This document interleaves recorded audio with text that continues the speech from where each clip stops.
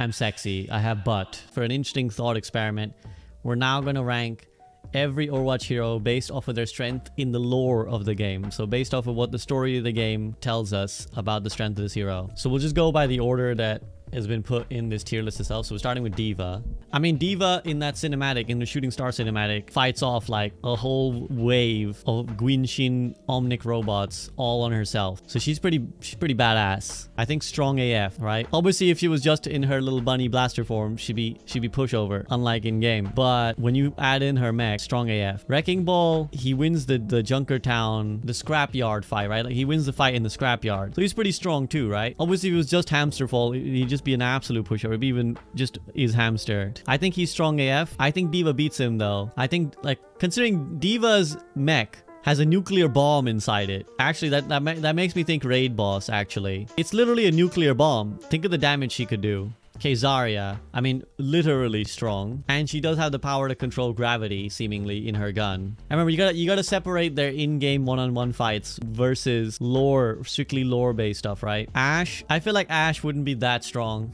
We've seen her in the cinematic get absolutely rolled by Cassidy, right? We've seen her get rolled by Cassidy in the whatever his short story was called. So I think she's in the decent. She's mid. She's mid tier. Bob is the only reason she's even up here. If it wasn't for Bob, Ashe would be like, I think she'd be a pushover. She'd be whack as shit. Okay, Bastion. I think Bastion is strong AF. Yeah, I think not Giga strong, because like when the Bastion robots were there, they were all like a massive army, right? But I do think he's pretty strong on his own. He almost decided to wipe out an entire town in his cinematic. Stopped because a bird landed and pooped on his shoulder. Cassidy, I think, is mid. He's just a man with a gun, but he's better than Ashe, seemingly. He's kind of like the Batman of the Overwatch universe, where he's literally like, there's people with ability to control gravity and people who can make other people immortal. And there's Cassidy, who's just like man with gun, but he's good with the gun and he roll fast. So he apparently beats other people. He is handsome. Okay, Echo. I mean, considering that Ashe and Cassidy were fighting for Echo and she's considered very valuable, I think she's also strong AF. I think potentially stronger than Bastion because she can become Bastion if she wants to. Although she wasn't that strong in the cinematic. In the 0 Hour cinematic when they announced her Overwatch 2, she didn't really do a lot. But I still think she's strong. I think the characters in the game think she's really, really strong. See, Genji now, in the cinematic, Genji's an absolute god. Deflects like the gunshot from that giant mech. And then he carves it up with his fucking blade. I think he's like actually raid boss. Like if you fought Genji, you'd think that he would be not that strong. But he's actually like deceptively a raid boss. Oh, it's just an angry weeb. Has he lost in game actually? Actually, he loses to Doomfist. That's true. In the origin story of Doomfist, Doomfist is stronger than Genji. But maybe he got stronger. That's why he was able to deflect the bullet of that giant mech and cut it up. Okay, Hanzo. Hanzo's like mid. I think Hanzo's mid is... I think he's probably stronger than Ashe. But he's just man with bow. In a lot of voice lines, he says that he's even better with a sword than he is with a bow. But we don't see it, so he's just a mid-bow archer man. He can beat, like, street thugs, right? Because in this Dragon's Short, again, he beats a bunch of street thugs. That's it. That's, like, the extent of what he can do. If you had him in the squad, he'd beat, like, the nondescript minions, but he wouldn't beat anyone important. Okay, I think for the dragon, we'll move him above Cassidy, just because he has the power to summon a giant spirit dragon, whereas Cassidy just... He has Roly Boy and Grenady Boy. Okay, Junkrat is like... I think he's a pushover.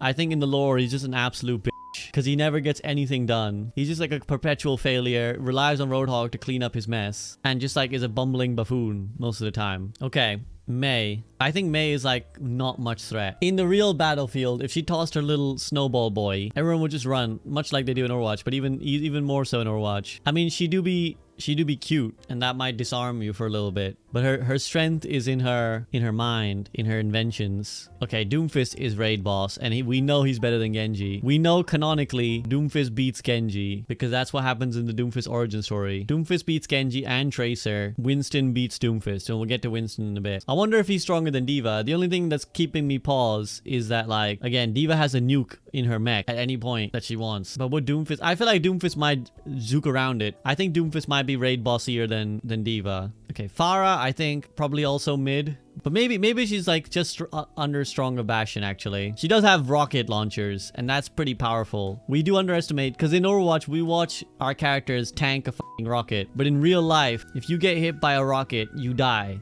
I think Reaper is actually a little bitch. I'm putting him in pushover mode. But look at the evidence. He got rolled in every single cinematic he's ever appeared in, right? He just gets perpetually rolled. He just takes L's all the time. I'm only putting him above Junkrat because I think he could potentially beat Junkrat. So he's a pushover. Sojourn, probably like in the mid. I think she's stronger than Cassie Boy. You know, strong, but she doesn't have, like, if you think about her lore and her weapons, she doesn't have anything too crazy, right? She just got robo legs, so she beats all the humans where she's like sliding around and shooting with her gun. But like, would she beat a rocket launcher? I don't think so. Okay, Soldier, I think mid. Is he stronger than Hanzo? Maybe. Just because of his cybernetics, right? He run fast and he shoot fast. And that puts him at an advantage over Hanzo, who is a guy with a bow who doesn't run fast. But Soldier, like, if Soldier comes against Bastion in reality, he go pew pew pew, Bastion goes lol, deflects it, and then just guns him down brutally. Okay, Sombra. The thing about Sombra is all her strength is like tech strength. I think she'd be annoying. Would she be a threat? Like, she'd hack your gadgets. Prevalent mechanical things are in Overwatch. And how many things she could potentially just hack very easily and then run away if she didn't need to. I think she's strong AF. Okay. Symmetra. Symmetra could, like, I feel like we haven't seen the limits of what she could do. Like, she can build stuff out of light. Like, imagine if she could kind of all the time. Because I feel like in the lore, that's what she's supposed to be able to do. But I feel like you walk up to her, you're gonna be like, whatever. But then the power to build stuff out of light is pretty strong. Yeah, I think she's strong, but then again, she's not a seasoned fighter, so she's not that strong. Okay, Torby boy. I feel like Torb could be strong if you gave him time to build stuff, right? Like, if you gave Torb a bit of advance notice, he would build some big-ass machines to fight. Wait, I guess, how much molten lava does he have at his disposal at any given point in time? And when he's walking around the street, does he have, like, a whole coom load of molten lava ready to drop? Like, what is the situation? Do we know? So I think normally he's just man with some gadgets, which makes him good, but not too strong. I think he's maybe stronger than Soldier, but weaker than Sojourn. See, Tracer, you should think that Tracer would be strong because she can literally travel through time. But then every time we see her, she's just kind of whacking mid. She gets wrecked by Widow. She gets wrecked by Doomfist. She's really struggles in that fight against Reaper and Widowmaker when they're fighting for the gauntlet. Like, I feel like she has a great power, but she's just dumb and doesn't really use it very well. I think she's the poster child of mid. I reckon Ashe is the only person below her in mid, because I reckon if you put her in a fight against Cassidy, he would just literally and metaphorically roll her. Like, he would just like outthink her because she's dumb. Think of that Tracer in your rank games. He just blinks all the time but doesn't think about why. That's Tracer in real life. So she'd probably just go like blink, blink, blink, blink, blink, and then Cassidy would be like bang. And then she go, and then she die. Ashe is dumb as well, so I feel like these two just don't fight very smart. Okay, Widowmaker. I mean, Widowmaker's done some important assassinations. In her niche, she's pretty strong, right? She's like, she killed Gerard and she killed Mondata, which is like about as influential as it gets. But that's kind of like her one thing that she can do, because beyond that, she's kind of just like whack. So I feel like she's also pretty mid. Obviously, she's better than Tracer, because she just straight up beat Tracer in the one-on-one. I reckon Widow here. I reckon Hanzo has the advantage of being able to pull out giant spirit dragons. The scale of that is just so much better. Whereas Widowmaker is just like, I am shooty gal and I have sniper rifle. I'm sexy. I have butt. But then I only go so far, you know? Ana. I think Ana's low-key really strong. I just think that she's like so wily that she would just be a real threat. I reckon she beats a lot of these guys. In a tactical battlefield, Ana would be like so smart and like has so much like tactical nous and acumen that she'd just like make it work, you know? I reckon Junk Queen, actual raid boss, maybe. In a one-on-one, like the Reckoning or just like a little death match, she's strong AF. She'd be in those kind of situations, she's like a raid boss because she's a crazy lady with like crazy power. And yeah, she grew up in the wasteland. She's fought all through tough shit. Put her in the 0-hour cinematic against that giant robot. What does she do? She probably just bangs it with her axe. I don't think her magnetism would be strong enough to do anything. So I think for pure scale, I think she's stronger than Wrecking Ball though. That's important. So we'll put, okay, so you guys voted for Zarya as stronger. So we'll put Zarya here then. Bap. He's like a wily little fighter and maybe not that strong, but the man somehow invented the ability to make people immortal. What is that all about? Like, the immortality is what's throwing it up, because it was just about his fighting, probably be somewhere in the mid tier, but like, does his immortality push him to the highest of mid? So I reckon Sojourn actually stronger than him, but I reckon he beats Torb. Okay, Brig. Actually, Brig kind of like whack when you think about it, right? She's just a girl with a shield and a flail, and she throws some armor packs, whatever those might be. Like, what's that all about, you know? Because can you imagine you're just like fighting in a battlefield and there's just Briggs. I mean, if you think about it in the cinematic, she's just standing there bonking some mid-tier minions. But the minute anything like actually threatening turns up, What is Brig gonna do? Just gonna stand there with her shield, like bottom of mid or something. I think not much threat. I think she's not much threat. Kiriko. Yeah, we know she can beat the crap out of some street thugs. We know that. And she's been doing some like gang work with her own gang. Okay, I think she's probably like maybe here. Cause like her immortality is better than Bap's immortality, right? Like she just throws some paper at you and you just heal all your wounds. And her kunai probably hurt. Okay, Lucio is just whack. Giga pushover. Like he's just a man running around with some music. Maybe Lucio's the Batman, except he's just a really Batman. Like, he's Batman if Batman had bad gadgets and didn't train very well.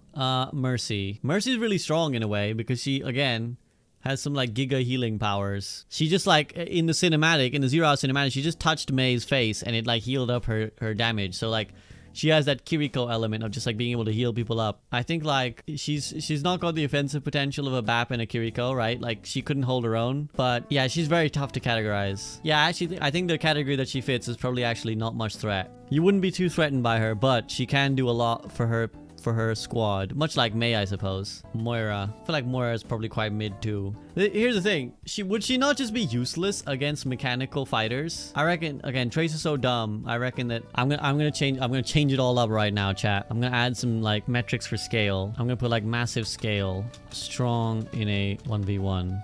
Okay, so here's now what it looks like. Okay, so now because one of the problems we've been having is like the problem of like, well, this character might be strong in this situation, but like when you scale it up, it's way different. So the reason that like Echo and Sombra and Bastion and Symmetra are all really strong is because the scale at which they can do damage is crazy, right? Sombra can like hack anything in a world where there's so much tech. Symmetra can build these giant like constructions of light. Mercy's healing is like massive scale as well, right? Like the way she can just like go around healing everybody. So like if it was a straight one-on-one, they might lose to other characters, but on a bigger scale, these guys are scary. Okay, Zenyatta. I think he's an absolute pushover. He doesn't even want to fight you. He's just like, peace, brother, as you're punching him in the face. I think he could throw some heat, though, if he wanted to. This is the only question.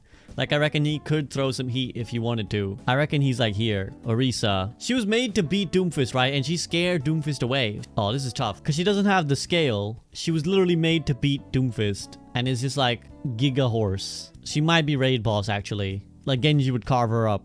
If he was able to carve that giant mech up with his blade, he could carve up little Orisa, right? Okay, chat. Ramattra. This is my boy. He's I think the raidest of raid bosses. Like he's the leader of Null Sector. He's got some sort of like giga mech.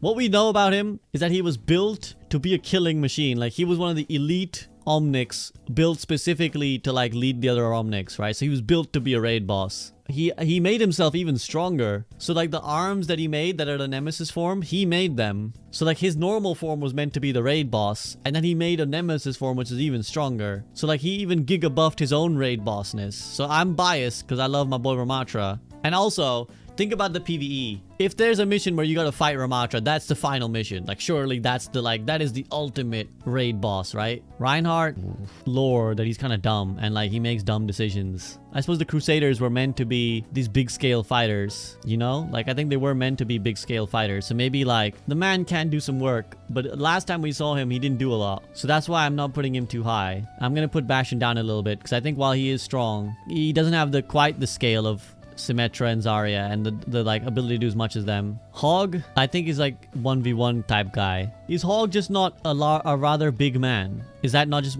the entirety of who he is? He's just a rather big fellow with scrap that he throws at you. But I think if you, but I still think if you think about it, he's just like big man, you know? Okay, Sigma. Sigma's an odd one because the man literally controls gravity, but then he's like got some inner demons that he be fighting. I reckon he's got a big scale though. I reckon he's like up here. Like he could do a lot, but he just can't. Hello, friend. I don't remember seeing you here. You know, I reckon he'd just be really easily distracted. I think he nerfs himself basically. I think he nerfs himself in the fight. Winston. Winston is a raid boss. We know that because he actually just straight up wrecks Doomfist. Straight up in the 1v1, but he has to be angry for it. I think Doomfist, despite what I said, I think Doomfist is actually ranked higher than Winston. Even though Winston beats him in the 1v1, Winston have to get very angry to do that. Doomfist does it like all the time. I reckon when angry, Winston could do a lot, but when not angry, he doesn't do a lot. The mech would just be like, okay, well, you just broke your fist trying to punch me, now I punch you back. So that is the tier list for hero strength in Overwatch lore. I will accept no criticism.